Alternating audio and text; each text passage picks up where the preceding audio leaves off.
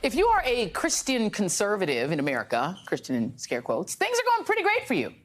You get taxpayer money to fund your kids' religious instruction. The Supreme Court ripped up years of precedent to side with your particular religious point of view.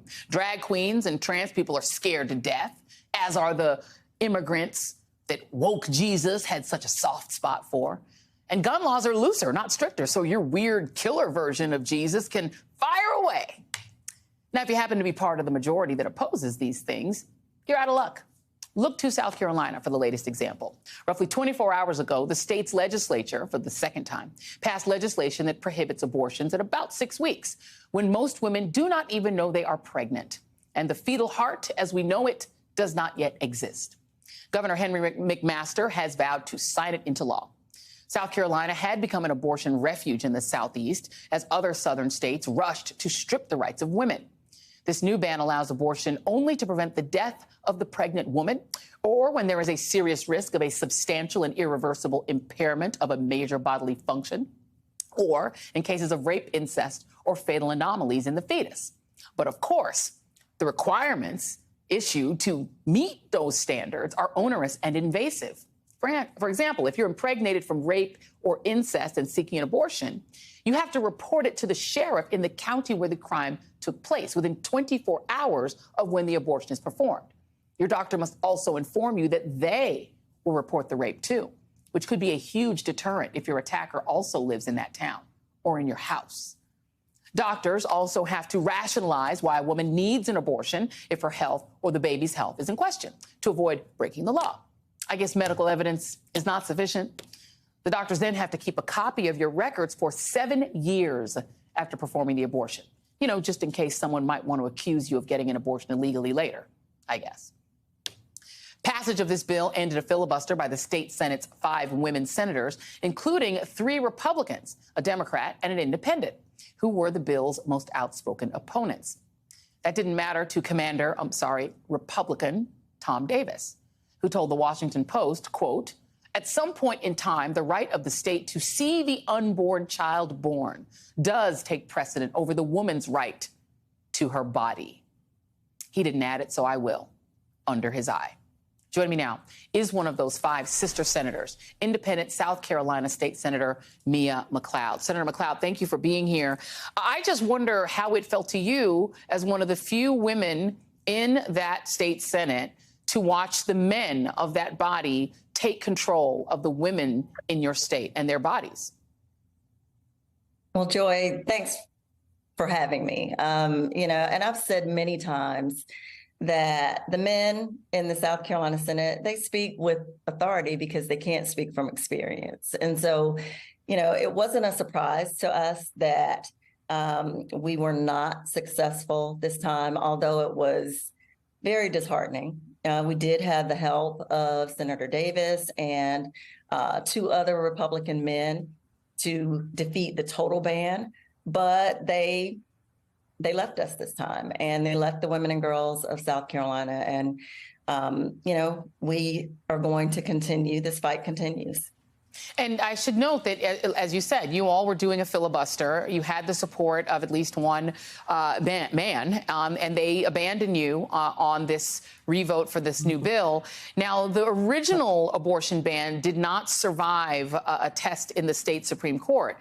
My understanding is the only thing that's changed is not so much this bill, but it's the makeup of the court. South Carolina is now one of the few states in the country, maybe the only state, with an all-male Supreme Court after the lone woman on it retired. So basically, it is men deciding that women can't get abortions, and it is all men who will decide if the law is legal, right?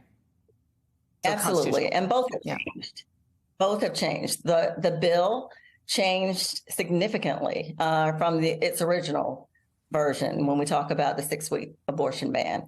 But the Republican majority has stacked the Supreme Court now with an all-male Supreme Court. We are the only state in the country that has an all-male Supreme Court, and it is for this reason. It was for this purpose. And so, we've got major fights ahead of us.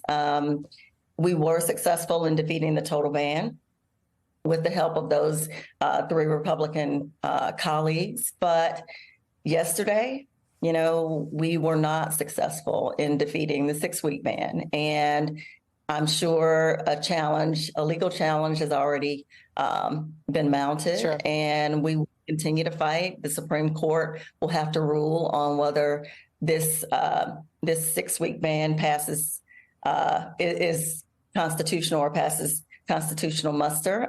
It didn't before. I can't imagine that it would. If it's based on the Constitution, it won't pass muster again. But now that we have an all-male Supreme Court, there is no female voice. There is no female perspective on the court. And that is by design. It was intentional for a time such as this. The Southeast is now essentially the handmaid's tale for women in this country. There is no state in the South where a woman has control of her body, all the way west to Texas, all the way across, including your state now. What in the world are women going to do? And girls, we know that South Carolina has a very high maternal mortality rate, particularly for Black women. So my guess is a lot of Southern women and a lot of Black women are going to die. They are. And a lot of women are going to die. A lot of girls are going to die. And, the blood is going to be on the hands of the Republican Party and their insatiable need to control us with ridiculous bans that are harmful, that are dangerous, that are hurtful. It's not going to stop, though. If you know anything about South Carolina, you know that and we are not alone in this, but the same proponents of these abortion bans are the ones who said that COVID-19 was a hoax, and they opposed mask mandates, and they opposed temporary shutdowns and even vaccination. I've been open about the fact that I live with sickle cell anemia, and my colleagues during the height of the pandemic, when we were being called back for ridiculous bills like this, refuse to even wear a mask to protect their colleagues in the chamber. So these are the same people that push people back to work during the height of the pandemic, slave wages. And, they are the same folks who refuse to even let us debate a hate crimes bill. So they're not about life. They're not pro-life.